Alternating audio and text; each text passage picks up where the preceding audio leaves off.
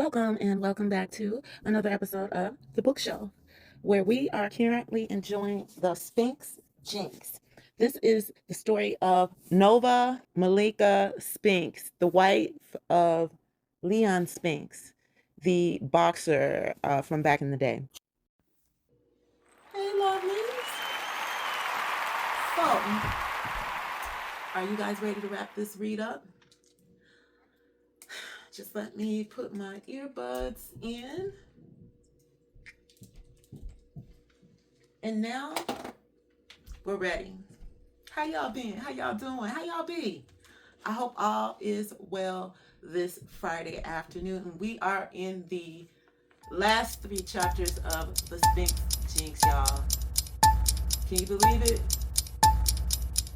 We're gonna wrap this one up, and after this one, I want you lovelies to help me decide what we're reading next. So let's get into it. All right, we left off on chapter 20, at the end of chapter 20. We are now going into chapter 21.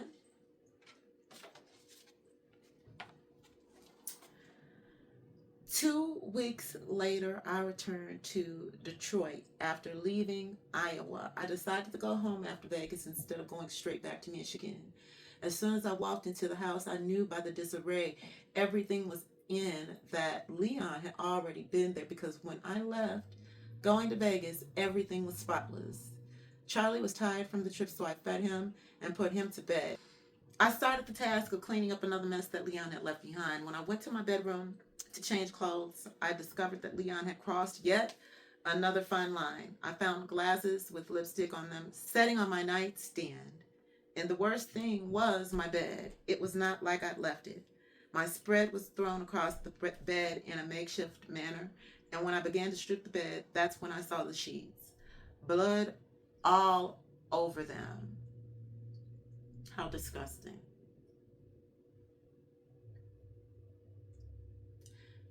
And even the pillowcases. I began yelling and cussing as though I was not alone in the room, but it was too much to keep contained. I couldn't see why he would bring a slut or creature, or whatever the case may have been, to my house, my room, my bed, especially when the guest room remained untouched. Of all the contemptible things that Leon had done, I honestly believed I never had to worry about him crossing this fine line, bringing his depraved acts into the sanctity of my bed, my room, my home. That's all I could think about over and over again. I stuffed all my bedding into a garbage bag and flipped my mattress. Still uncomfortable with that, I spent the next night in the guest room. Leon came home a week later, and only after I found him in Ohio to cuss him out about yet another obnoxious act.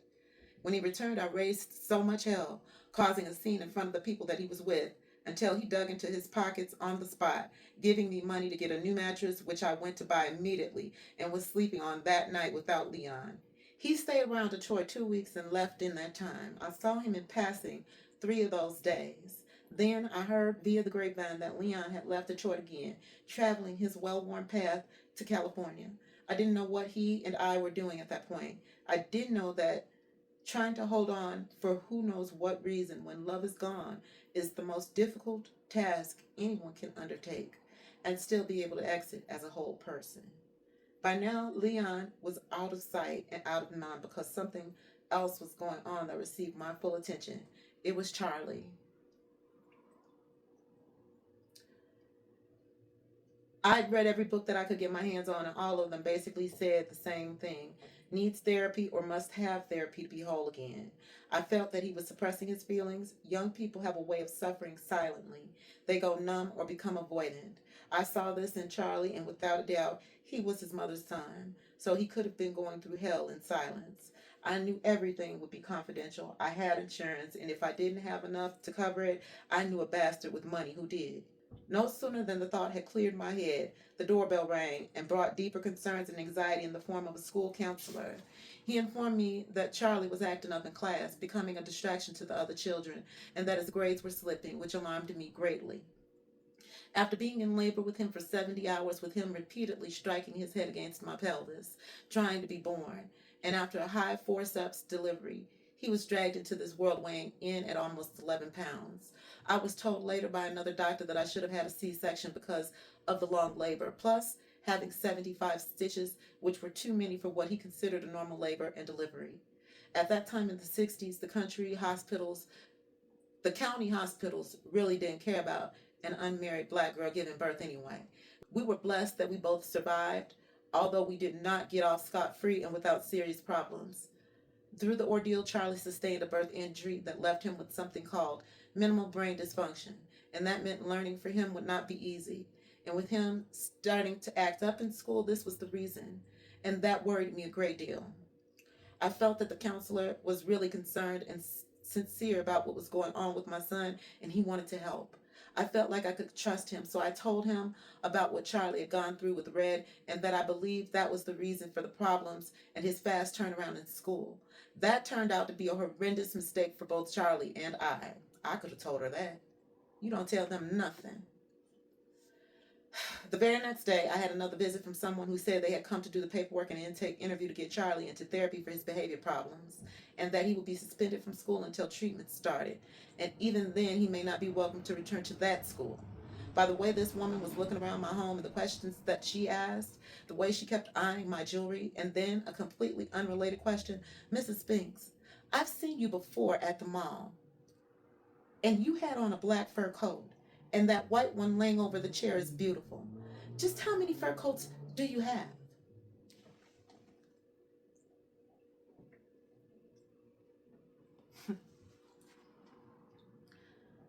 I, in turn, asked her just what that had to do with my son. She didn't have an answer for me, and after clearing her throat, she continued what she'd come here there for. I could feel her resentment.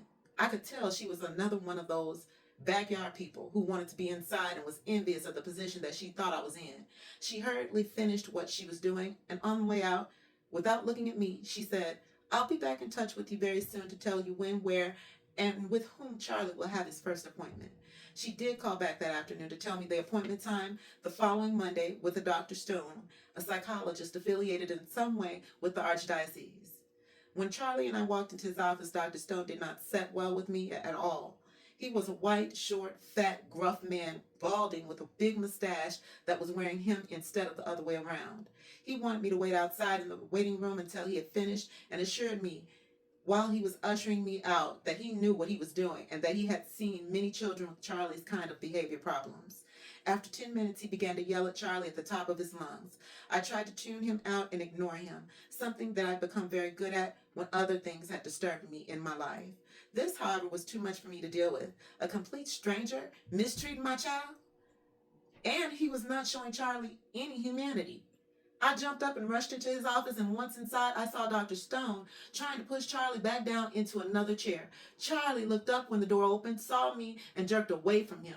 He ran to me, burying his face against my body, trembling and crying. The doctor responded, Mrs. Spinks, I asked you to wait until I was finished. I know what I'm doing. Your son has no respect for adult authority. You are finished. And can you blame him? I yelled, cutting him off. I picked my son up and made my way out of his office with the good doctor in hot pursuit and yelling, Mrs. Spinks, you're not willing to cooperate. Are you refusing your son's treatment? My report will not be favorable. I told him that he could go burn on my way out of the building to my car. Charlie was shaking like a leaf and biting his nails that whole day and later that evening. He told me that he wanted to go see his grandma, and that's just what we did. I packed up my car and we left bright and early the next morning to Des Moines. I decided that I would find my own therapist for Charlie, someone not so consumed with behavioral problems, but someone who was willing to look into and deal with why the problems manifested themselves in the first place. I'd been home a week by then, and Charlie had started to perk up again right before my eyes. For some reason, I thought about Detroit and called Amina to check with her, as I would do from time to time whenever I was out of town, to see if anything was going on that I should know about. I received another shock in my life when she said, Nova, girl, where have you been? It's trouble. Someone called Aisha from some department who knows that she's close to you. They told her that you were being sought and that they were trying to issue a warrant for your arrest. It's something to do with Charlie. You need to come back here to get this straight. And don't drive back. You should fly back. You should fly in because they went through the DOT and got your license plate number. You don't need to be picked up before you have a chance to take care of things yourself. Aisha is trying to find out precisely what's going on. Call me back. After I hung up the phone, I began thinking, and I didn't feel that Charlie or me were guilty of anything. I had not done anything wrong, and I was not going to hide or be a fugitive. So I decided to go back to Detroit, but using caution. I flew just as Amina suggested, leaving my car in Iowa. Once there, I caught a cab and had the driver drive around my house twice so I could be sure no one was watching the house or me. We got out, and Charlie and I dashed inside. I made some phone calls and found out, first of all, that the good Dr. Stone turned in a report that was not exactly glowing, and that got the ball rolling. In the report, he stated that I was uncooperative and refused to let him administer treatment, that Charlie could be suicidal, that I was hostile, and he insinuated that I could be homicidal. The bottom line was that I had to go to a hearing at juvenile court and that I had to be represented by my own lawyer, who at that time was Elliot Hall. I did not want to do it, but Jerry was the only one that always knew and could put his hands on Leon in a moment's notice. I begrudgingly told Jerry what was going on and that it was crucial that he get Leon to me as soon as possible. After that, I called Elliot Hall and I went over the whole story, leaving nothing out, as well as the time and date of the hearing. Mr. Hall told me that he would meet me there.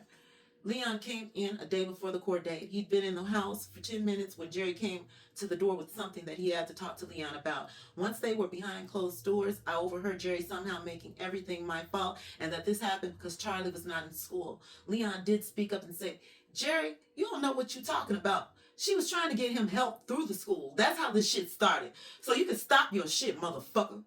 Jerry left in a huff, never looking my way. I was surprised that Leon had given me any kind of defense at all. But by then, it really didn't matter to me. It was too late. It was too little, too late. The morning of the hearing, I discovered Leon was gone and he had to leave during the night. I could not wait any longer for him, so Aisha went with Charlie and me to the hearing. Once there, I saw Elliot Hall was nowhere in sight. Aisha and I could not believe it. Aisha started making calls to see if she could track him down and to find out why he was not there. I could not stall any longer, and the first phase of the hearing began as I sat there without counsel. I was not given a chance to fully explain anything.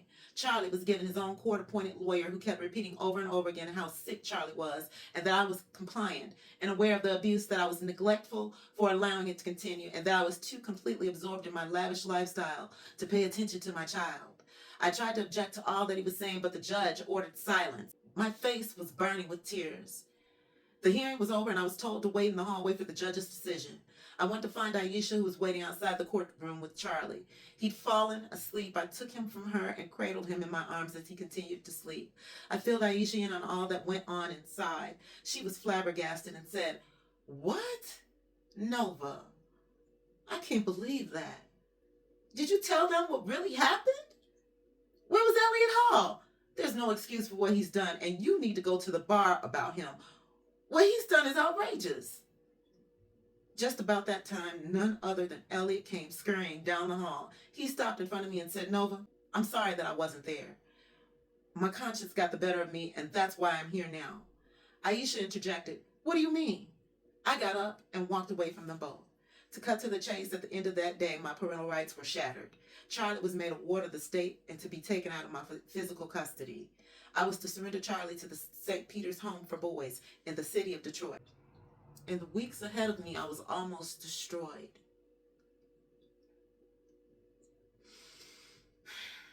I thought about running, but above all, I didn't know how to tell my son he couldn't be with me and had to go live amongst strangers at even more risk of harm to himself. I was seething with rage and hatred, and the most innocent of us was the one who, in essence, was sent to the penitentiary and locked down, exposed to even more that he couldn't understand, resented and ridiculed by those who looked at him as privileged because he was Leon Spinks' son. Some of the boys there may have been rescued from hell and may have had to sell themselves in one form or another, turn to burglary or armed robbery just to stop the pain of true hunger that was in their stomachs, or to get a new popular pair of shoes. As time went on, I would feel the same thing from some of the adult members of the staff, but I knew what it was: my car, my clothes, my jewelry, and I would see times that Charlie wouldn't be allowed to have the same things that some of the other boys had in their rooms, such as tape players or games, etc., because his was bigger or better. Leon showed up the morning after the court day. He came in and I was still so upset that I was shaking. I wanted his support for court, but I really didn't expect it, not with our history. Sleep hadn't found me all of the night before. Besides Charlie, Elliot Hall was on my mind. I kept thinking about the last thing that I heard him say, and I wanted some answers and I meant to get them that morning. I think Leon knew better than to tell me that he wasn't going with me after his surprise, genuine or not, that Elliot hadn't shown up for me in court. We walked into his office, which was also located in the Buell building. Elliot gazed into my face and knew at once that I wasn't there to play, and I asked the question before I sat down. Why? Nova, I know you're upset and justifiably so, but I'm not the heavy here. I want you and Leon to know that I was called the morning of the court day when I was on my way out of here and told that I by no means was to represent you. And to hell with the reason. I was reminded of who retained me and paid the bills. I tried to call you, but you had already left. I knew that it was wrong, and that's why I came anyway. Unfortunately, it was too late. I was in shock, and then I was finally able to say, "Do you mean Jerry Sawyer?" Elliot nodded his head yes. I immediately looked at Leon, who was silent and shaking his head. Nothing else. No anger or rage, just nothing. I got up almost trance-like and walked out, leaving Elliot and Leon alone. I needed air. In the elevator on my way down, I realized yet another encroachment had washed over me, and it seemed that, again, Leon was looking the other way. My eyes were welled up with tears, and I was struggling to keep them contained. I'd almost made it outside when I felt hands on my shoulders from behind me. It was Leon. He stopped me, turned me around to face him, and just to look in his face was too much. It was like the dam burst. I began sobbing in the middle of the lobby in front of everybody while curious people walked by staring, wondering what the hell was going on. Leon threw his arms around me and pulled me into one of the nearby lounges inside the building. Once we sat at the bar and Leon ordered a large brandy for me and started to wipe my tears away with his hands. All the while, people that recognized him walked over to pat him on the back and shake his wet hands, appearing oblivious to what was going on in front of them.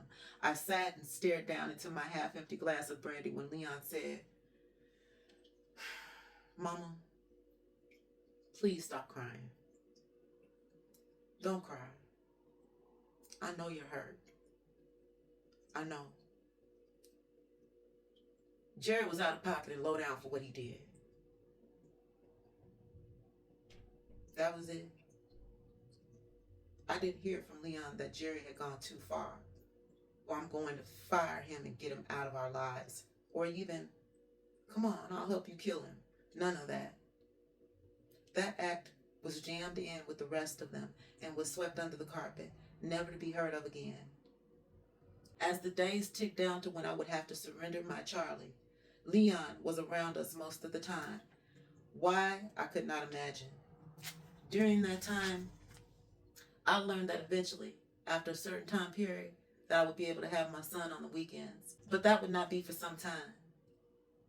I also learned that we had to visit St. Peter's several times to talk to the therapist on staff to start what seemed the impossible task of trying to make Charlie understand why he would have to stay there without me.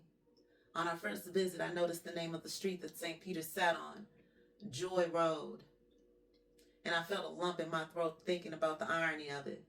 St. Peter's was a big, light brick building that sat in the middle of the inner city neighborhood, and it was reminiscent of an orphanage. We went through the routines, where they eat, where they sleep, and the grounds. Some of the boys gathered around Leon, jumping up and down, asking for autographs. Leon signed them all, and the boys were shooed away. Leon and Charlie walked out into the yard of St. Peter's to be alone. After a few minutes watching them, I walked over and I saw something that I never expected. Leon's hands were wet again, but this time from his own tears.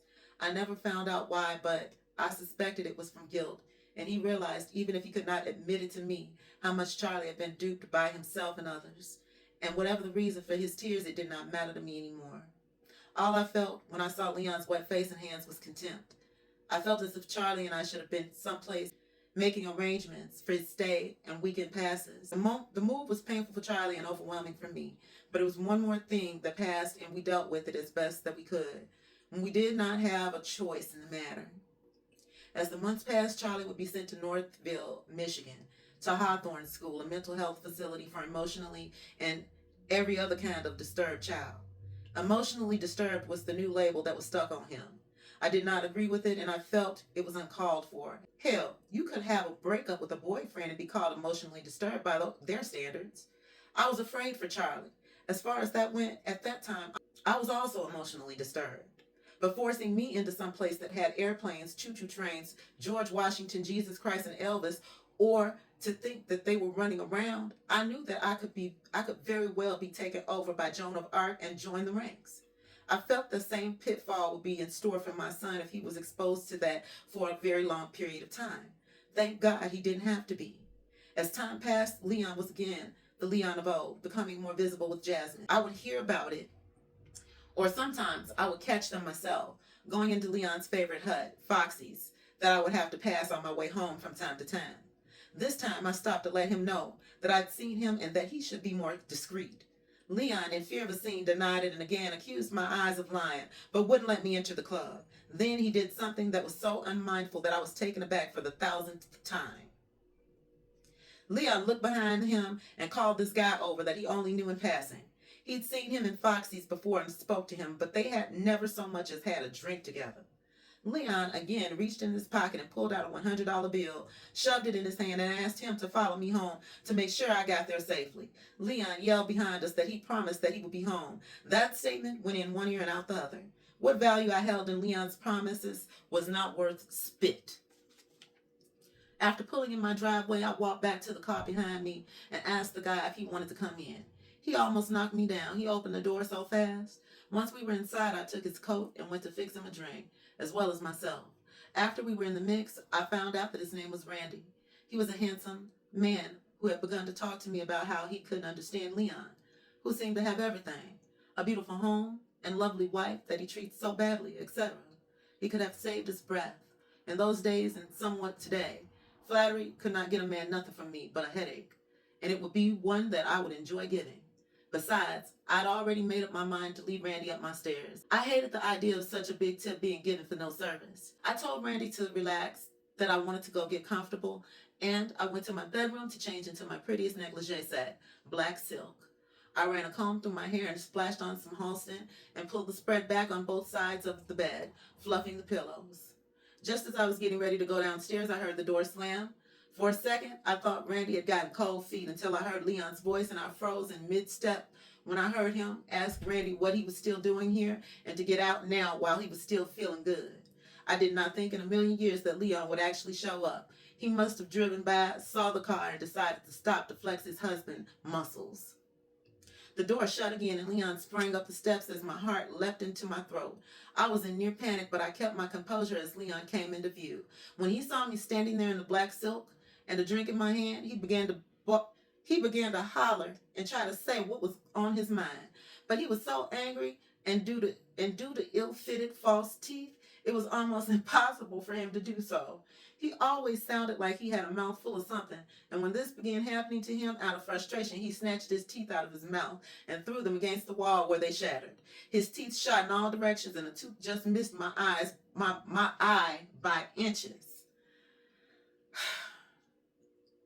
Leon walked by me and inspected the bed, spun around and said, "You was gonna fuck that motherfucker, wasn't you? I don't understand your ass. I'll take care of you. There's food in the icebox, clothes on your back. I'm not gonna take this kind of shit from you. I don't deserve this. You need your ass kicked." I looked at Leon with a straight face and did what he'd done so many times before and denied what he thought my intentions were. I was glad that he found Randy downstairs and not in the bedroom with me. I could not understand Leon's logic, but it was clear to me that he expected me to be the ever-faithful wife, untouched and unseen, in suspended animation waiting for him to come every 6 months so he could dust the cobwebs off my ass. He didn't hit me, but compared to what he did do, I would rather have been hit. At least it would have been over with. He kept me up the rest of the night, squeezing my leg or shaking me if he caught me nodding off, and telling me basically the same things over and over again, along with how ungrateful and dirty I was. The next morning on his way out the door, he told me if he ever found me in another situation like he found me in the night before, I wish he had not. Then he was gone, slamming the door behind him. 2 days later, I received word that Leon had left town to California, I expected. The weekend, Charlie and I were on the way to buy some clothes at the mall. St. Peter suggested that I not do it, but I was not going to let Charlie's clothes be worn and tattered, and him growing out of everything that he had just for the sake of him fitting in with other boys. On my way into Northland, driving through the parking lot, I saw the carp in Leon's car. The car was full, and one of her younger sisters was behind the wheel. The carp looked right in my face, and she was grinning at me. She was trying to push me into something, but it was not going to happen that day. After what I saw, I was not in the mood to go shopping, but I was not going to disappoint Charlie. So I forced myself to get caught up in his excitement and try to chill out. When that was done, I went over to Amina's house, and while Charlie played with her children, I told her what had happened that day. She said, "Girl, I knew something was up. I just didn't know what it was. That bitch is fast. She must have called Leon because he just called me. He was waiting for me to tell him something. When I didn't have much of anything to say, he hung up. He knows you saw her. He's got to. But don't worry. You'll see her again." When I left her, I was somewhat at ease, and she was usually right about what she told me. That night after I put Charlie to bed, I happened to look out of the window and I saw Jasmine riding around the house in Leon's car at about 10 miles per hour. She wanted me to see her. I watched her again while asking myself, what was this slut trying to prove? The very next afternoon, Charlie and I were again on our way over to Amina's when I saw Jasmine. This time, a man was driving, and I followed them to a house that was not far from where I was going. The car dropped him off and slid behind the wheel to pull away, and I cut her off with my car. I was sick and tired of her ignorance and underhanded harassment of me. I got out of my car and walked back to Leon's car. She would only crack the window, and she had this stupid, nervous grin on her face. I snatched the car door open just as she was trying to lock it. I grabbed her by the shoulder of her jacket and pulled her out of the car and demanded the keys. "I can't give you the keys, Nova," she said. I knew at once what I was dealing with. Putting myself in that position, or any other woman with any sense in that situation, when a wife busted me with her husband's car and wanted it, I would have given up the keys and then I would have taken it up with the husband. This was too much to expect from a classless tramp who wanted a scene. By this time, the man that she dropped off was back out of the house walking towards us. I slipped my hand inside my purse to take the safety off my gun. When this man started calling me bitch, and I did not know what he would try to do on her behalf, I was not going to let no one hurt me. I had to defend myself. Jasmine saw the butt of the gun, broke and ran to the other side of the car hollering, "You ain't the only one that can have a gun." She was standing next to the bastard who was still calling me a bitch. I told Charlie to call Amina. Then a woman who had been watching all of this from her yard yelled to me and said, "Hey, your kid can use my phone. That's your husband you all are going on about, and she should just go on about her business." Jasmine rolled her eyes at the woman, but the woman stood her ground, hand on her hip, glaring back at her. Jasmine then looked at me and said, "I'm going to call the police." "Be my guest," I replied. She then walked into the middle of the street, saw an oncoming police car, and stopped them as if hailing a cab. She and the bitch caller walked up to the car that held one black and one white cop. When they got out of the car and started walking toward me, Jasmine jumped back in Leon's car, ready to take off. The bitch caller pulled the white cop by the arm and said, "You know how it is. All that's happening is she is acting crazy because Leon is getting ready to dump that bitch. He's with my sister now." The cop replied, "No, sir, I don't know how it is. I do know that, as we speak, she's Leon's wife. Step back on the curb and watch your mouth." He did as he was told and remained silent after that, and much to my relief, Jasmine started the car, and I told the cop that he had better stop her, which he did. After that, they did not know what to do. I didn't know why it was so hard for them. They knew I was Leon's wife, but Jasmine kept hollering, telling them how wrong they were. They told her to shut her mouth, and they put in a call to their captain. By that time, Amina and Gerald had pulled up. Amina jumped out of the car, walked over to me and said, "Don't say anything. I know you have it. Slip me your gun and I'll send Gerald home with it." He then walked over to Jasmine and said, "Look, you should just give her those keys and let Leon handle this. After all, she is his wife. I can't believe you this much out of order." The cop didn't want to hear none of that and started yelling, No, it ain't going to be like this." She proceeded to Leon's car and came back with the registration, gave it to the police and said, "See, her name is nowhere on it." The captain was there by then, and I pulled out my registration to show him that mine said the same thing, Spinks Inc. Jasmine had been stupid enough to think that they would not be the same. Then she snapped. Well, she threatened my life with a gun. What are you going to do about that? Amin and I looked at each other and smiled. I opened my purse for the captain while grinning at Jasmine. The captain then said, I looked at the paperwork and Spinks ink is on both of them.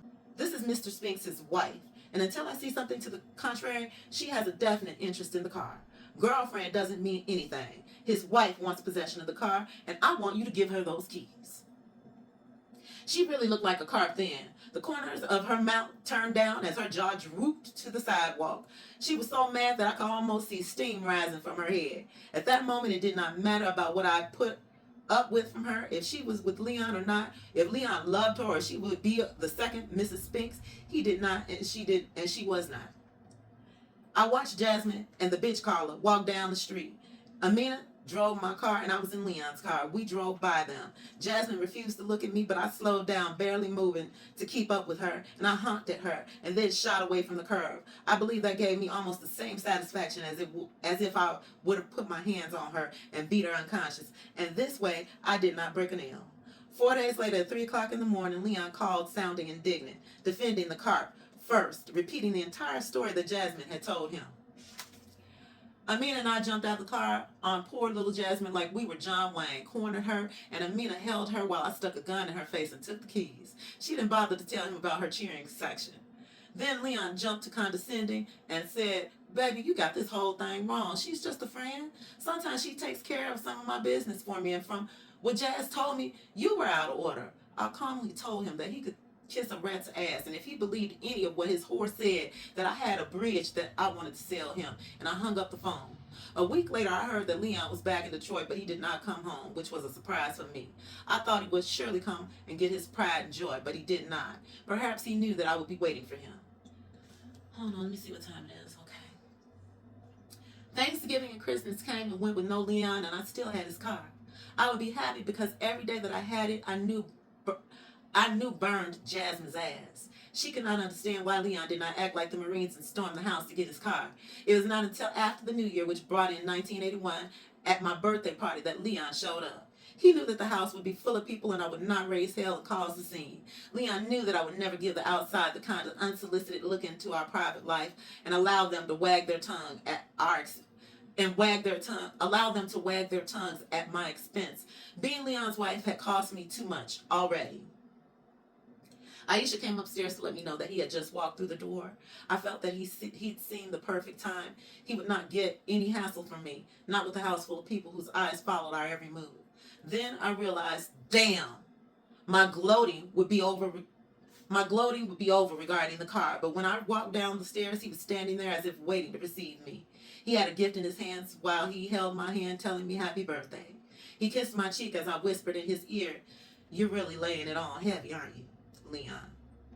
Leon gave me the gift, a jade elephant, to add to my growing collection. He came out of his coat and stayed for the party. Every slow song that played, he rushed over to me and we danced, every one of them. I grew tired and decided that the party was over. I began to rush everyone out.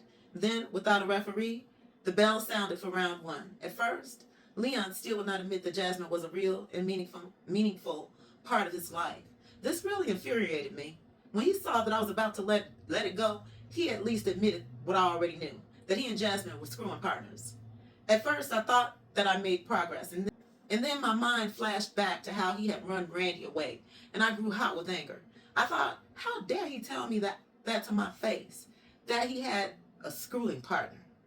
And if I even thought about it, my ass and that of my partner, if there were any, would be in danger.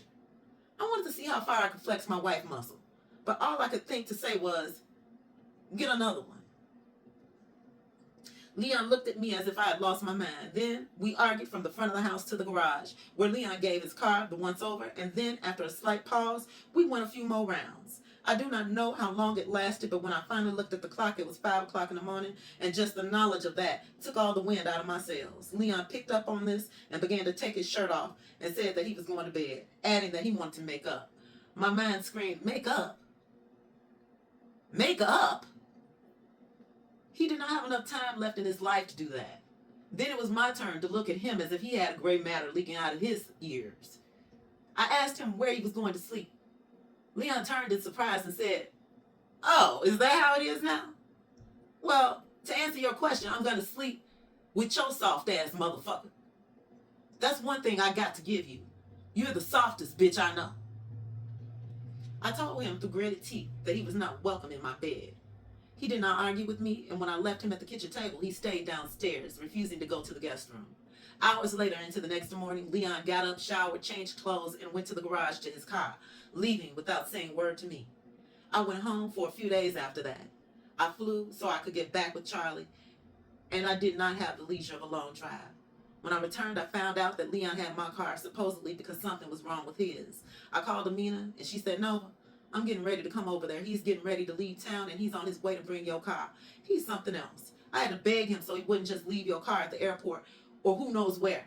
That would have been fine if you knew that he had it. I had to take a break. I need something to drink. I'll be back. Oh. Let me put my book holder in place so we don't lose where we are. I love you. I love you.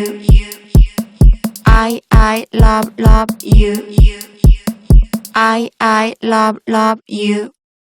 Okay, lovelies. We're back. I've had time to take myself a little break. Got myself a drink over here in the cup holder. Let's have a seat, shall we? And we're gonna wrap this thing up. We're so close to being done. So, we left off in, we are almost at the end of chapter 22. Okay, so let's wrap that up. I think I'm a little crooked here. There, wait. Let's see. I don't want to be too crooked. I think that's better. Let me see. Let's go over. Better? Oh. I think so. Yeah, I think it's more centered now. When Leon walked in, he blew past me, rushed upstairs to get his boombox, then he left. I looked at the door and I again noticed a man just sitting in the car parked on the street in front of the house. I wondered why he was still sitting there. I thought maybe he wanted an autograph, but I blew it off, leaving the door open as Leon had left it. My attention again was focused on Leon as he was coming back downstairs. I touched his arm on his way by me to stop or to slow him down, telling him that I wanted to talk to him. Leon spun around with eyes flashing and said, No, I don't have no more time for you. I can't give you 5 minutes of my time. I'm tired of your shit. I don't want any more of it or you. You don't want nothing but my money. You are trying to destroy me and you aren't going to get another dime. Nova, all I have ever done to you was screw bitches. That's it. And that's nothing. During all of this, Amina had come in, also noticing the guy out in front of the house. She had been standing there while all of this was going on, and I watched her eyes widen at his last statement. Leon brushed past both of us, and then he turned around, came back, and asked for my gun, which he was now calling his. I gave it to him, and he walked back out the door and motioned for the man that had been sitting in his car all of this time. He and Leon met on the lawn. They said a few words, and then the man began walking over to me and said, Nova Spinks? I nodded my head and was handed papers that stated that Leon wanted a divorce, and he walked away. Leon, in turn, walked across to another car parked farther down the street, got in, and drove away. It was all a setup. I looked at the papers and wondered why Leon couldn't be man enough to just tell me, but I wasn't surprised. That was just another thing to add to a long list, and it was so much his style. Amina and I looked over the papers, and the only thing that really upset me was him citing my whorishness. The way it was written made it sound as if Leon was the long-suffering male. Amina couldn't believe the gall Leon had to even say something like that, remembering all the lines he had crossed in the past that she knew about. I was upset with Amina, but only for a minute. I thought she had been aware of what was going on, but I soon realized she was a pawn and had unwillingly participated in Leon's scheme and had been used. Leon either wanted me to think just that, or he believed I would hurt myself. He wanted her around to handle me in the aftermath of what he knew he was going to leave behind that day. Then, that thought was almost laughable to even me then. After all that time passed, Leon still hadn't learned anything about me or noticed my awakening growth. All he saw was me being a smartass, but I understood all too well with Leon's way of thinking. He would see me blowing my brains out just because he wanted a divorce or any other reason. It is said that what does not kill us makes us stronger. Whoever said that lied. Leon didn't have to worry ever about me hurting myself because of something that he or anybody else who stood up to piss did to me. You would think this would be the end of the story, but it wasn't. I had over 16 months of hell, hurt, injury, injustice, and being in dire straits before I would say that Leon was out of my life. And so began our divorce. Chapter 22. The first thing I had to do was think. I did have a chance. I could either fight Leon and drag things out forever until he changed his mind and declined, or I could countersue for divorce and let Leon know that I was tired too and that I had enough of it. I opted for the latter. After all, if a man tells me or any woman that he doesn't want her, then all you can do is be strong enough to tell him goodbye and mean it. After the last indignation with those words, I don't want you, all the talking and pleading, I refuse and don't have the time or energy to do. I think that I had already resigned myself to it the morning after my birthday party. Even then, Leon and I were husband and wife in name only. I retained an attorney one that Aisha knew and had confidence in, who I won't name, but he knows who he is. He is one who I believed by his actions toward me that apparently the other side got to him and set him against me. They had either paid him off or whatever the case may have been. I feel that he half-assed representing me during the entire process. 2 months into the divorce story, and after Leon saw that I had completely left him alone, not even trying to inquire about him or go to any of his haunts with a crying child following behind him, he came to my home. I got up and went back to my bedroom, praying every step of the way that he wouldn't follow me and that he would pass out or go to the apartment that he had with Jasmine in Palmer Park. I lay down and waited for the other shoe to fall, but it didn't, and I drifted off to sleep only to bolt straight up in the bed. I tiptoed around the house to make sure he was really gone. 2 nights later, that whole scene repeated itself, but Leon was more violent, going through the what my money bought speech. He dragged me out of bed. This time I fought back, and that really pissed him off. He dragged me all the way outside and plopped me down in the middle of my circular driveway at 4 o'clock in the morning with me clutching at the piece of my gown that he hadn't ripped off of me because his money had bought it, while he hollered at the top of his lungs for anyone who would or could listen. Hey! I want everybody to see what an ungrateful bitch looks like! By that time, I couldn't hold it in anymore, and I was sobbing from the pure frustration of not knowing what to do, wanting it to stop and not having any idea on how to make that happen. Above all was my knowing that when he was done, he would leave and be on his way to the car. My crying seemed to bring him around somewhat. He let me get up, and he threw his coat around me, taking me back into the house. A car or two had stopped to gawk at all of this, but no one got out to help me. And I knew that those same people would have done the same thing, even if Leon was about to put a bullet in my brain. Once inside the house, Leon sat on the floor by my feet, and he began hugging my thighs, crying just as hard as I was. After 10 minutes of this, he just got up and left, leaving the door open behind him.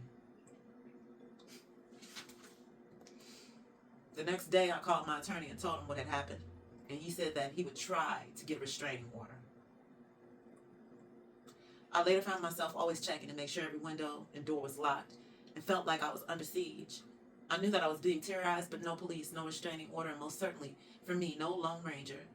Leon and I were legally separated with support of $300 a week. Plus, he was to cover all utilities and phone, but I received the most valued thing, protection from harm. Although I felt like I could breathe again, I knew it was I who had to walk a tightrope without a net, while Leon and Jasmine enjoyed the circus. Divorce is hard enough, and it becomes even more difficult when the other side is rubbing your face in it. I found that the married life was not that much different than what my separation and eventual divorce side of life would be, except Charlie was away from me and I no longer had him for company or to talk to or find comfort in. I didn't know why I had to continue to live like I was in a monastery. During this time, I had run into an outsider who wanted a look inside, and her name was Barbara. She was a dark, very unattractive girl with almost chimp-like features. She knew someone that I did, and before long, we were talking. Just to be able to talk to someone was wonderful. There were always the sisters Aisha and Amina, but no matter how much I loved them, they had their own lives, families, husbands, and children. I loved them all, but it only reminded me of what I missed most. Charlie. Watching them was very painful for me at times. Barbara didn't have any children at that time, and she never would. She was childless, and that was what I felt like. So I let her inside. Barbara had a man named Corky that I learned she was taken care of, literally, as she would do with any other man that she would get with throughout the years. I knew her to pay and take care of a man, and because of the type of men she liked, the so-called pretty ones, she felt that's what she had going on for herself, money. Although she never admitted, money was what she used to approach them. Money is what she used to approach them with and try to keep them with. The men that did come her way to try to like her for her didn't turn her on at all, and that's how it is to this day. The older she grew, brought on no change, and her personality made her uglier because of the conscious things she did to hurt anyone who she felt had crossed her, even if it was only in her mind. She always reminded me of Dorian Gray, only Barbara had a magic mirror that she would look into, and it would never let her see how hideous she really is. She really was. A chill would run down my spine from time to time when I thought about the day when her mirror would break and she would stare reality in the face. Barbara and I were talking one day when she told me that what I needed was companionship and some fun, and the divorce would be over before I knew it. I wholeheartedly agreed with her. She then told me she had someone that she wanted me to meet, a Detroit cop whose name was Richard Brown. Barbara took me to the 4th precinct where he worked. She had already told me about him, and what she told him I didn't know. She introduced us. Richard was tall, slim, and almost copper colored, and he had very light hazel eyes and pretty white teeth with a smile that would stop a clock. I thought, oh, yes. This was the ticket, and one thing was sure, he couldn't be mistaken for something other than human. So began the process of Richard and me getting to know each other. We made a date for the very next day at my house for cocktails and to just talk.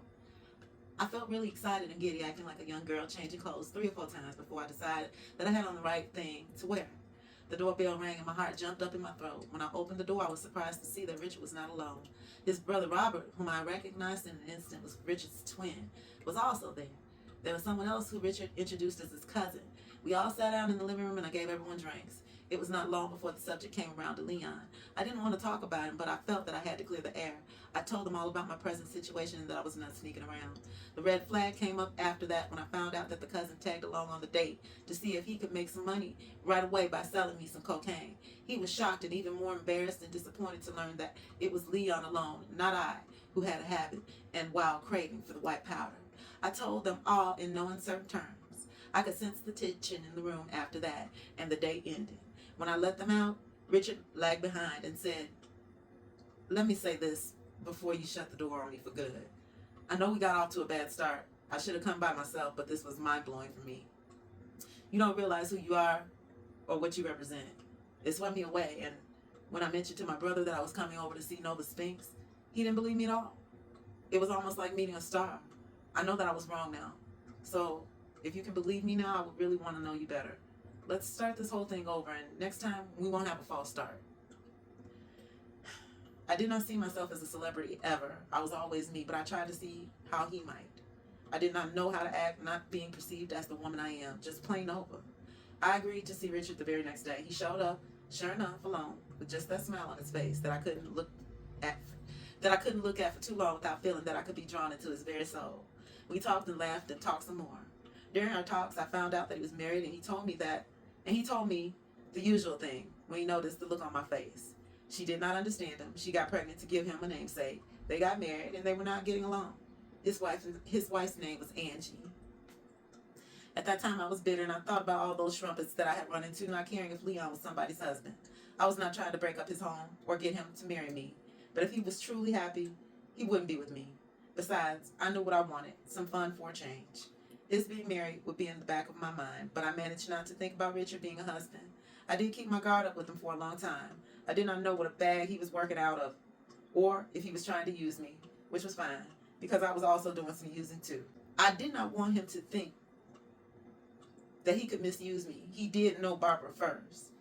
He knew how she was, and I did not want him to view me in the same light as her, with her habits of dealing with men.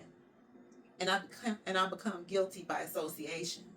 I was not going to pay a man, by no means. I would help my man because I knew it would be reciprocated. My opinion will always be that I'd rather be a whore who had to be paid rather than be a trick such as Barbara, although I'm not either. I wanted it to be understood that if I gave him something or bought him a gift, it would be an act of kindness, not of weakness. It would be to show my appreciation of him for making and keeping me happy. After a while, Richard saw all of the above, and I really felt that he started to care about me as a woman, about my welfare, and what happened to me. Then we made love. It was the strangest, most exciting thing to feel pure passion again. The fire of it, and unrestrained, holding nothing back. I felt as if I was starving and was given my first meal with all of the courses after being on bread and water for months on end. I was burning up and felt chills at the same time. When it was over, I laid in his arms, completely spent, wet from sweat, and completely satisfied. After that, we started having real good times together. He appreciated the finer things in life that I was constantly exposing him to, and I loved being whisked around town to all of the finer places, being treated like a queen in public, and even having my hand held and kissed, the whole 9 yards for the entire world to see, and I loved that. I love that for her. In the process, we became the talk of the town. Talk that got back to Leon, who had the crust to be furious. I do believe that he was more upset that my partner looked better than his woman. I believe that if Richard was ugly or looked like he could get employment at a sideshow in the circus, Leon would have been happy with what I was spending my time with. That was not the case, and before long, I received notice of a court action that Leon had taken against me. I was ordered to appear in front of a Judge Charles Kaufman. Leon wanted me out of the house. I was not deserving of it because I was sullying his good name, but he actually deserved all the credit. I was nervous about it for as long as a heartbeat, but then I thought, what a hoot. I could really say that if I went to downtown Detroit at high noon in the middle of Hart Plaza and screwed the first 10 men that came along, I could not possibly do more to his good name than he had done for himself already. As it happened, Judge Kaufman saw it the same way, and Judge Kaufman went in my favor. Leon was fuming, and it was clear to me then that he did not want me to have anything. He wanted my house back, and he wanted my house back. And it being a gift to me meant nothing. He was willing to fight me tooth and nail, being satisfied only to see me become a virtual bag lady. That night, I gave Richard a key to the house with the intent of thumbing my nose at Leon and telling him that I had a life that he couldn't dictate any longer. My business was just that, my business. And if only for a moment, no matter what Leon wished for me, my life would no longer be a whisper. I was living out loud. After that, Leon went after Richard by harassing him, sending people to his job. Richard was afraid that Leon was going to at least get him fired. Then, when either Leon or one of his agents, I never got the gist of it, went again to his job and hinted in a roundabout way that he was in danger of getting his ass kicked or worse, Richard talked. He did not realize the power he had as a cop. He could have arrested the person for harassing him and making bodily threats right at the precinct. Perhaps he was feeling guilty and thinking about how this would affect his wife and child, so he spilled his guts. I was a little upset with him at first, but then I understood that he, like most men I know, could not hold up well under pressure. Richard did tell me what had happened, at least, and we did get over it. Richard and I remained together, and the relationship lasted until a few months after the divorce became final. Then we eventually drifted apart. In the coming weeks, the legal technicalities of the divorce and the financial discoveries started. Leon's side was claiming that Leon was almost penniless, and when we started digging, I found out some startling things. Number one on the list was the house. It wasn't free and clear as I'd always thought. It was not paid for. At least that's what Leon claimed. I should have known better, but when he said gift, I took it literally. The next bomb that dropped was that there was well over $2 million that could not be accounted for, and it was very clear to me how that happened. Jerry Sawyer. Jerry had the money and had possibly taken it out of the country. I started thinking about all the trips that he'd taken to Hong Kong, supposedly for Leon to cut a deal for a boxing match. Leon never went to Hong Kong, and still, even at that point, Leon did not believe 100% that it was Jerry, but I did. I called Jerry and told him very simply that I knew what he'd done and that he was a thief. I told him that it was my money as well as Leon's, and I had a lawyer. Jerry was going to have to answer to me, and I was indeed coming after him with all that I had in me. That phone call must have chilled his blood. He knew his ass was in danger of being locked up. He above all knew that I was not Leon Jr. and would never accept any of his okie dokie bullshit. In retrospect, my mistake was tipping my hand because Jerry had a plan, and a very good one. It was to shelter and protect his steps. I have to give it to him. He was real smart. Jerry began showing up in the afternoon at the National Bank of Detroit downtown, and I believed that he was still working there at the time. He would be dressed in a suit that was too small with no shirt on or socks and reading the Bible, reciting Revelations, and of course, that spread like wildfire. Lester called me that night and told me about it, saying, Nova, you know what that little wimpy nigga's trying to do, don't you? Yes, I do, without a doubt. I replied and hung up the phone so I could call Jerry right away. When he answered the phone, I said 4 words. That's not good enough. I heard Jerry holler my name and start saying something else about Leon as I hung up the phone on him. Very next morning, Richard called, waking me up. He was telling me to turn on the TV.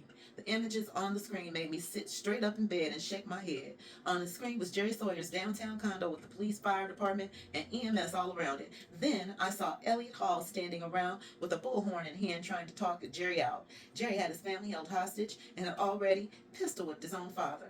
After talking to him, he agreed and did send his father out to a waiting paramedic team. Jerry was threatening to kill Yvonne, his children, and himself. After an hour or two, Elliot got him to give himself up.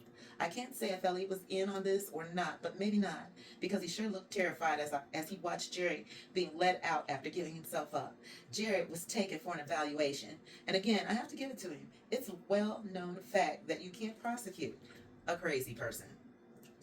That was the last of any dealings I had with Jerry Sawyer. What happened between Leon and him, I don't know. Leon had to feel like a fool. And if that was the case, I was glad. A few days later, Aisha called me excited. She said that she couldn't explain just to be ready to go when she came and honked. When I heard the horn, I ran out and jumped in the car, and we were on our way downtown. On the way, she told me that something horrible happened at the Bull Building in Judge Bell's suite of offices. Apparently, an upset client of Judge Bell's went to his office and went berserk over a settlement that he had coming to him. He believed Judge Bell was keeping it from him. Then the memory flashed into my head how Judge Bell would talk to people very badly at times and down to them. This man was the wrong person to do that with, since he was on edge already and in need of his money.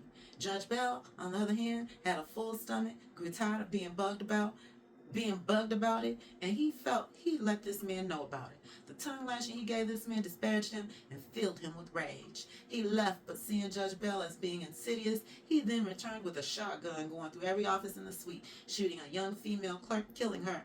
Lester and another lawyer jumped out of the window to avoid the shotgun blast, falling 5 stories and landing on an adjoining building. Both survived but received massive injuries. Lester had an injury to the head and the other to the spine. They feared at that time that if he should recover, he would never walk again. Judge Bell died under the furniture, and grazed by one of the blasts, was able to outmaneuver the gunman with the help of the smoke from a fire that the perpetrator had set. The rest of the employees who could ran for their lives. Aisha and I watched black smoke billow out the windows and firemen rescuing those from the windows who had no way out.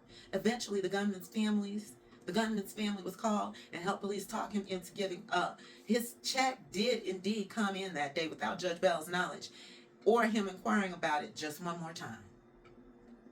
Although Lester fully recovered from his injuries, he was never the same as he was before. Judge Bell would eventually lose his biggest battle of all. He succumbed to cancer in 1988, but the judge had a very colorful life. A week after the Bull Building fire, Richard and I saw Leon in passing at a stoplight on the opposite side of the street. Leon was staring into my car, and he was with Jasmine, who was staring at him to see his reaction. Richard and I both had big smiles on our faces, acting like we were the only 2 people in the world that mattered. And when the light changed, we shot by them like we never saw them at all. Later that night, I was playing board games with my brother and baby sister Copa, who came for a visit. I found out that Leon had called Amina and tried to get her to bring him over in order to get him in. Leon knew that I wouldn't let him in, and I had secured the house so he couldn't gain entry himself.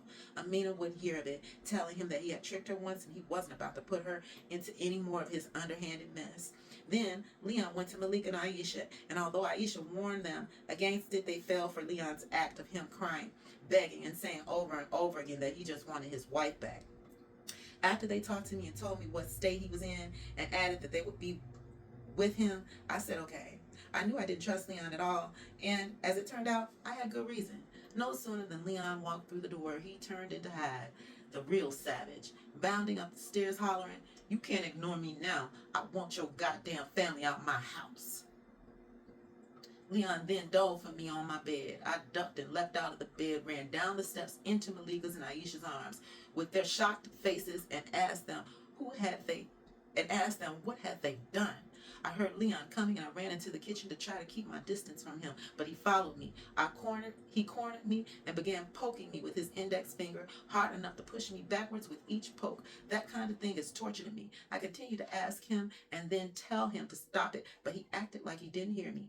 Finally, I screamed and went from 0 to full bitch in 4.1 seconds. I slapped him across his face with all that I had in me. The blow staggered him, and when he got his bearings, he leapt on me with both of us falling to the floor. After that, everything was a blur. Norburn, Copa, Aisha, Malika, all were on his back, first together and then one after the other, trying to get him off of me. But they were hit and shoved like they were rag dolls. Norburn went and got a knife, and Aisha was trying to get the knife away from him, yelling that Leon wasn't worth him going to the penitentiary over.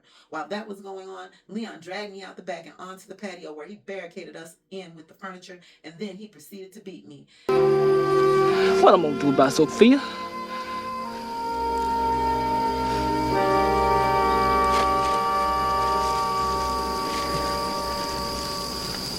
Beat her.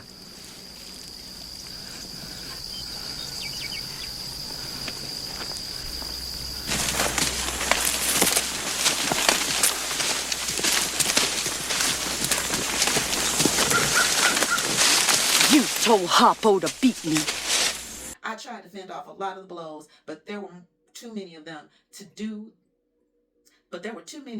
that and be effective. My whole face was black, blue, and swollen. My whole body was in pain. My ribs were bruised, and I was having trouble breathing.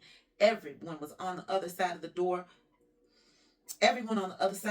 was beating on it and yelling for Leon to stop. Then they all started pushing until the furniture gave way enough so they could squeeze by. Copa and Norburn dived on Leon, while Aisha and Amina snatched me from him. Police from the 8th precinct were called midway through the beating and had just shown up. After getting me in the light and seeing the condition I was in, my siblings were in tears, and my brother turned and began punching Leon, who wouldn't hit him back. Then the police handcuffed my brother, ready to take him to jail for hitting Leon. We were dealing with Barney Fife that night, and it was Mayberry revisited. Aisha said, "I want your badge numbers. He isn't the one that you were called for. Leon is the one who was ordered by a judge not to harm his wife, and look at her."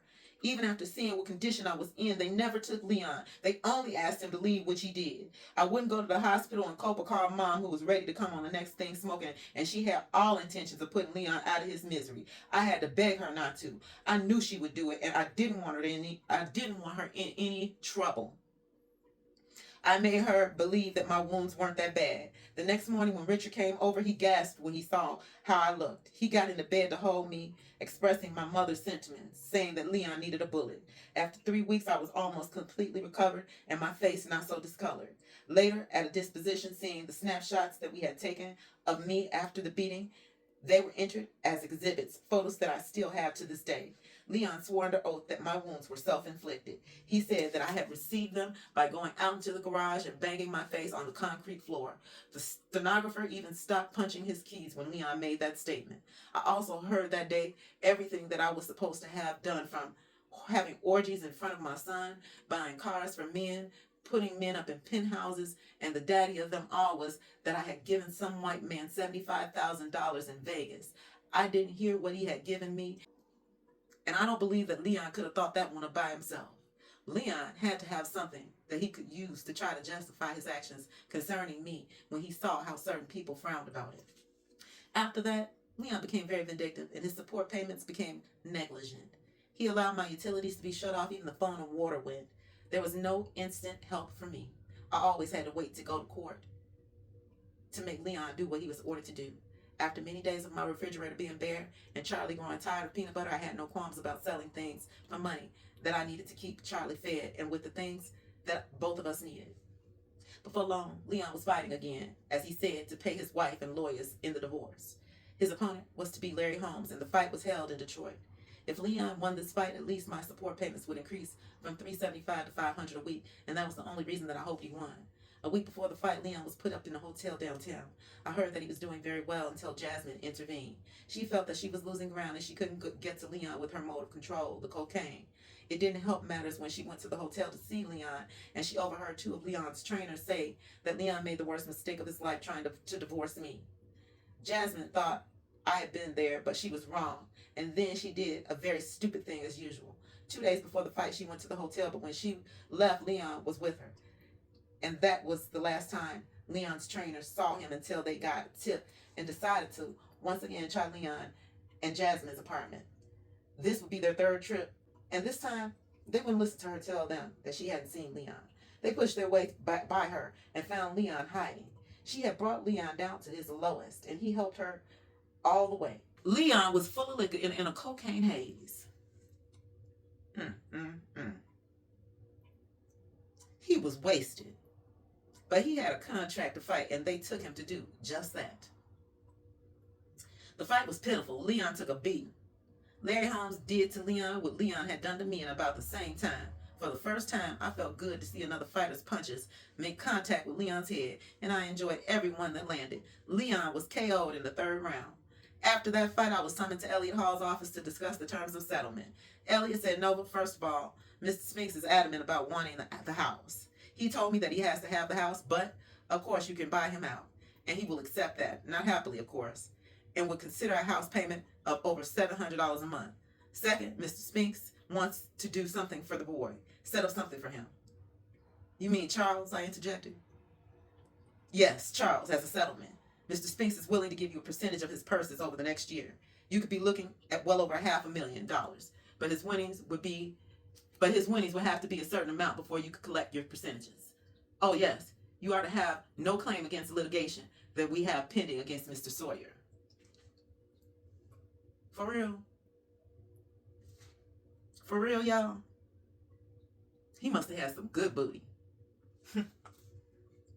At the end of the meeting, I went home.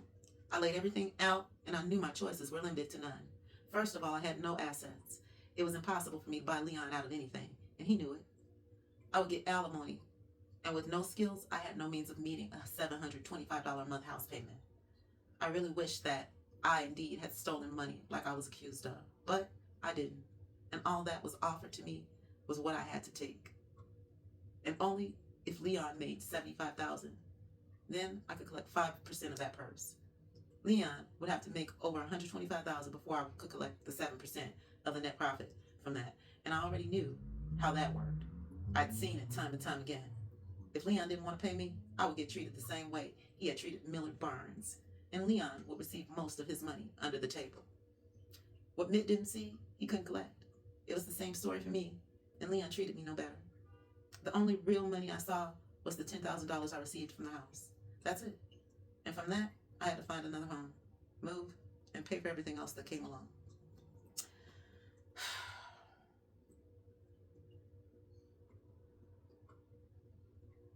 Charlie never saw anything that was set up for him. Zero. And he couldn't understand why he would have to leave the only home he had known and grown up in. By then, he was home with me most of the time. I was responsible for getting him out to Hawthorne every morning.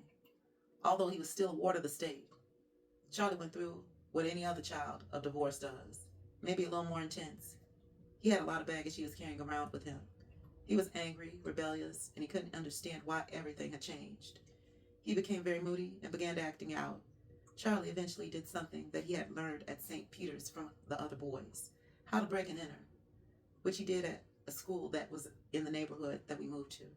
He didn't steal anything. The police found him in the school library sitting at a desk looking through some books. As a result of that, he was sent to another boys' home, this time over 70 miles away. The day came when we were to go to court to make everything final, then another setback. Something was wrong with Judge Kaufman, and he wouldn't be able to sit on the bench. He wanted to postpone us for another 4 or 5 months. I was almost in tears. I couldn't see myself going through more time being hooked to Leon. I couldn't take it for another month. I wanted it over that day. Our lawyers got together and came up with a solution. They could do a spin down and get a lawyer and get a judge to hear the case and finalize everything that day. We pulled Judge David Seaboaks, so we had to leave the city-county building and walk a few blocks to another building.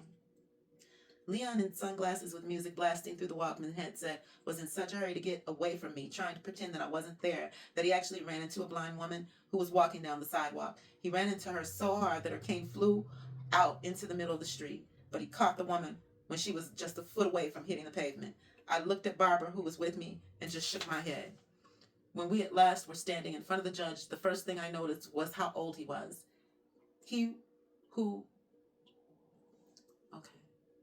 The first thing I noticed was how old he was. He who I thought was senile. He began talking to Leon about Joe Louis and boxing. He even asked Leon for an autograph. When I cleared my throat and started looking at the judge cross-eyed, he went on with the matters at hand and asked Leon if he was sure he really wanted a divorce. Leon said, "No, I withdraw, Judge." I was outdone. I looked at Leon like he lost what was left of his mind. The same question was put to me, and since I had a counterclaim in, and at that point had control, I said, yes, yes, yes. And on August 31st, 1982, Leon and I were declared no longer husband and wife. I stopped cleaning the house on the day the divorce became final. I knew then that Leon indeed had the house, and I knew that he wouldn't be moving in by himself. And I certainly wasn't going to make things easy for him in jazz. I wasn't a good sport, and I wanted them coming into a filthy house. I even went as far as opening the patio doors, putting food down so the field mice would feel like it was open house. Before long, they had made nests everywhere. But by that time, I was very glad I was going. When the moving day came, there were so many mice in the house that they could have helped me move my things out and put them on the truck. During that time, Leon had another fight. And of course, it was under the amount that I could collect on. Then he started all the interviews that infuriated me. He told all with pen and paper that he was broke and fighting now to get back on his feet, and that he was a born-again Christian, and that his ex-wife had taken him to the cleaners. That statement chewed at me then and for years after, especially when I would have to stand in line at the welfare office before I got my shit together. I just couldn't believe that he would say that above everything else he had said. Out of almost $6 million that he had made, I retrieved $10,000, period. Let me say that shit again. I received $10,000, period.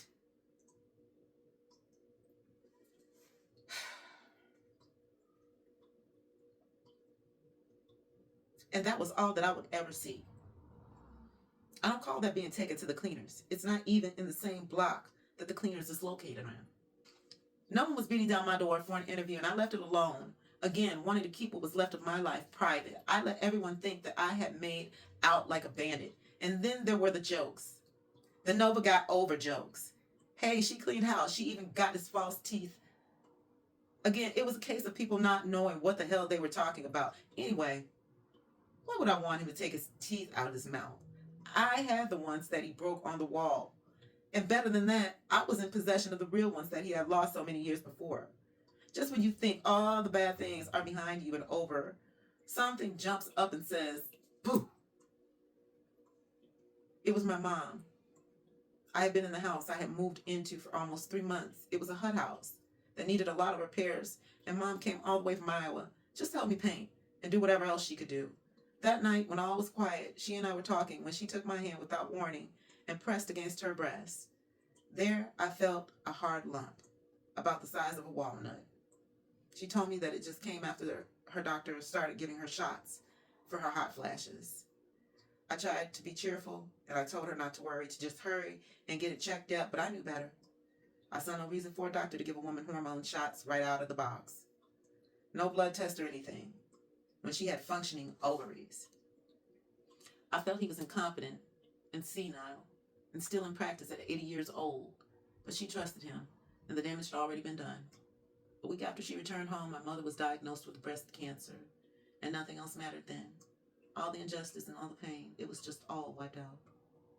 When I thought about the huge injustice that fell on my mother and all the physical pain and otherwise that she had to face, I didn't care anymore about proving to Leon that I could make it in Detroit without running back home.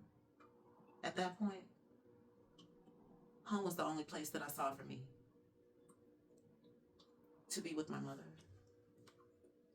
I didn't know how much time we had left, and I wanted every day, the good and the bad. I sold everything that I had of value so I could make the move back home. Furs, jewelry, and a vase. Furs, jewelry, and a vase that I bought in Paris. I didn't know the vase was worth anything, but something told me to have it checked out. I did, and it was worth $15,000 to the man that bought it from me. I sold my car. It wasn't paid for. Leon didn't have to cover that either, and I had been hiding it as it was. After the sale of the car, I paid it off and received $700 to the good. Anything else that I got my hands on that was worth anything that anyone would want, I sold. Then there was Charlie. He was still 70 miles away. Leaving him never entered my head. Then I came up with a plan. I called the boys home and talked to a staff member in the best bougie voice that I could muster, and I told them a flat-out lie, something about the family portrait that his father and I were having painted, and we needed Charlie for the sitting, and I would have my driver return him by the weekend. They swallowed it, and why not? After all, I was Mrs. Leon Spinks. They didn't know about the hell I've seen, and they had read the articles like everyone else had, so they knew that I'd taken Leon to the cleaners, and I had money to burn. They agreed to send Charlie home for that week, with the truck packed again, and with my sister Darlene and her husband Derek there to help me. On October 8th, 1982, we hit Highway 94, going west, heading out of Detroit, Michigan to Des Moines, Iowa, and my mother's waiting arms and illness. Chapter 23. This is our last chapter, lovelies. I relished every day with my mother, and I tried to have faith enough for both of us, but after a long fight and horror show, my mother, my friend, mentor, and confidant, whose last act of guidance was to help me see and accept what I could not change, no matter how desperately I wanted to, died on May 21st, 1987, a week after her 56th birthday. She was so young.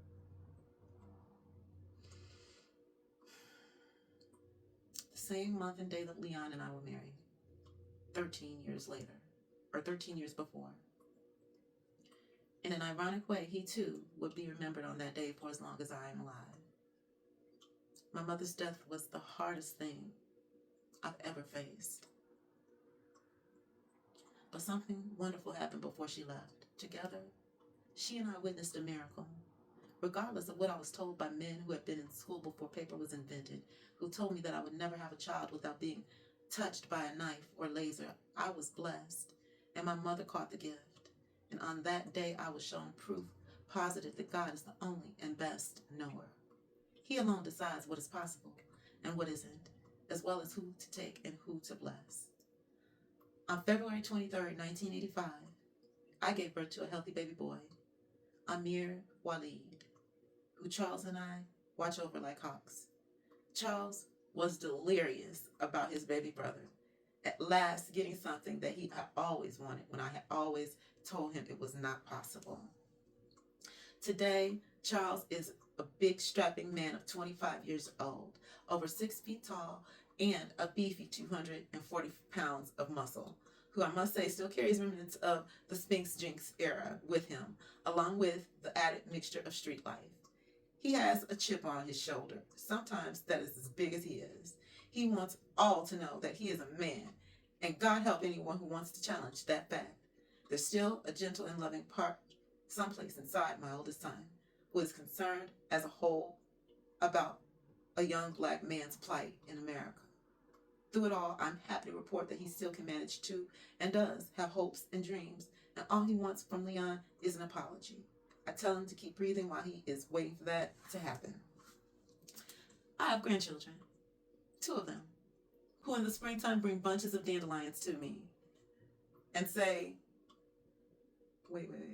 and say, "This is for you, Grandma." I always take them and push them into my face as if the weeds were roses. I'm also happy to say that I have lost 180 pounds. Now that's a feat. Good for you, Nova. Not counting the 200 plus pounds I lost when Leon was gone for good. In hindsight, now that my life with Leon is over, sometimes it seems like the whole episode was nothing but smoke and mirrors. And believe me, I know it wasn't. I can say that I've seen the world from both sides now. I have to admit it's wonderful to say, should I have lobster or steak? Instead of wondering if you can add more water to the soup or how many times you can roll over leftovers. It's true that money can't buy everything, but to be completely honest, I'd rather be rich. But not if it couldn't be accomplished by my own merits. I would have to pass and keep on struggling if a man like Leon was in the deal. To have control over your own life, even to be poor, but possess peace of mind is priceless. There were times when I was with Leon that I felt lower than cigarette ashes on the floor. It could be said that I've been done in by love, but I can't say that I'm done with love by any means. I still believe there's such a thing as love, happiness, and finding trust in a man. As of this writing, there is someone in my life and heart who knows what pain feels like and who has broken down my walls. He has shown me that I can trust again one more time, but not without a lot of hard work on his part. At times, I didn't think that he would make it, but he's coming through just fine and managed to keep his patience. He thinks I'm the sweetest thing next to sugar water, and he let me see what I had to do first. And it was so simple while being still bitter. I wouldn't and couldn't let myself love. I took all the hurt, insults, and abuse strapped on an attitude that no one could get past, and I wore it all like a badge of honor. But eventually, I saw that did nothing but constantly cut into my soul and spirit, keeping and pleading with raw open swords. Today, I still have my medal, but it's metaphorically buried away in my grandmother's trunk under her tablecloths and dollies. When I was able to do that, what was left had at last healed over. It doesn't bleed or hurt, and now I can call them survival scars. As far as Leon, well, it's said that he's changed. I wonder. He's married again to one of the ones who used to come by my home to drop off cards and letters, who called him her little chimp, Betty. Leon had several unsuccessful comeback attempts through the years and even turned to wrestling for a time. How do I feel about Leon? Thankful. And why not? Under his tutelage, I've received my PhD. I have to say, he was a very good professor. Some women go through class time and time again and always fail, never learning and picking the same kind of men's subject when they know they aren't good at it or with it. I'm thankful that all it took was Leon. I didn't have to go through 2 or 3 clones before I opened my eyes and smelled the coffee in order to be awake enough to see any red flags waving. To say that I was bruised and a little worn around the edges is putting it mildly, but I'm here, standing straight and tall, all intact and able to look the world in the eye. I often think about that song that said, everything good gets a little bit better and everything bad gets gone. It's like bad weather. They have always named hurricanes through the years. Emily, Katrina, Faye, Hugo, etc. If it hadn't been said, I must add another name to that infamous list. Yes, you already know. Leon. He has to be in the hurricane category because a tornado at times shows mercy. Sometimes they hit and miss compared to a hurricane that is sweeping. Total, complete, and utter destruction. In any case, when all is said and done, I know that I've been blessed and protected. It was grace that stomped on that jinx. The pain is gone, no black and blue marks, and my pride is restored. I am here. The broken mirrors are mended, and black cats have changed their colors. Here recently, after this review, I realized something that I hadn't before, and I have these strange little cravings that I've had to restrain. But it would feel good to skywrite, rent a billboard, or just have a t-shirt that would declare with loud vociferation, I survived the Spinks Jinx. As did you, lovely. as did you. We got through this book together. And there are a couple of images in the book at the end of Nova and Leon, and also an image of Nova and a young Charlie. How'd you like it, lovelies? How did you like our read? If you enjoyed the read, please be sure to let me know down in the comments. We will be doing a review as we did with our Sister Soldier read. We'll be doing a little wrap up, so please look forward to that. And also, I want you to participate in the vote. There will be a vote, a multiple choice vote for our next read. So please look for that as well going forward. I appreciate you. And until next time, lovelies. Deuces.